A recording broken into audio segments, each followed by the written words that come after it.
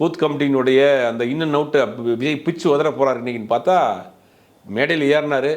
நம்ம வந்து புதுசாக அரசியல் பண்ண வந்திருக்கிறோம், நம்ம யாருக்கும் இது கிடையாது, நன்றி வணக்கம் அப்படின்னு முடிச்சுட்டாப்புல. எனக்கு பார்த்தா விஜய் வந்து ஒரு மிகப்பெரிய ஒரு அப்செட்டில் ஒரு மேக்ஸிமம் ஒரு 10 நிமிஷம் கூட அவர் பேசலை. பூத் கமிட்டியினுடைய டீட்டெயிலும் பேசலை, தமிழ்நாட்டில் என்ன செய்ய போகிறோங்கிறது பேசலை, அரசியலுடைய டீட்டெயிலும் பேசலை, எந்த கட்சியும் எதிர்த்து பேசலை, எதுவுமே பேசலை, கூட்டணியை பற்றி பேசலை, எதுவுமே பேசலை. சரி, அதெல்லாம் கூட பேச வேண்டாம். இந்த பூத் கமிட்டி மாநாடுனா பூத் கமிட்டியினுடைய செயல்பாடுகளை பற்றி அது பேசியிருக்கு பாருன்னு பார்த்தா அதுவும் கிடையாது.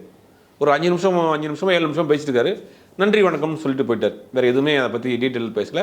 ஒரு ஹை அப்செட்டில் இருக்கிற மாதிரி தான் தெரியுது. என்ன காரணத்துக்கு அப்செட்டில் இருக்காங்கன்னு சொல்கிறீங்க? இல்லை, இன்றைக்கி காலையில் நடந்த கூத்துக்கள் இந்த தம்பி தங்கையில் வச்சு எப்படி ஓட்டு கேட்டு போகிறது? அவன் வந்து விஜயை பார்க்கறதே தான் குறியாக இருக்கிறாரு ஒழிய விஜய் பக்கத்துலேருந்து எப்படியாவது ரீல்ஸ் எடுத்து இன்றைக்கி போட்டுறணும் அப்படிங்கிற ஒரே குறிக்கோளோட தான் நீங்கள் ஃபோட்டோ எடுத்துறணும், ரீல்ஸ் எடுத்துடணும் அப்படின்னு தான் ஒரே குறிக்கோளோடு இருக்கிறாங்க. முதல்ல இவர்களை பக்குவப்படுத்தணும்ல.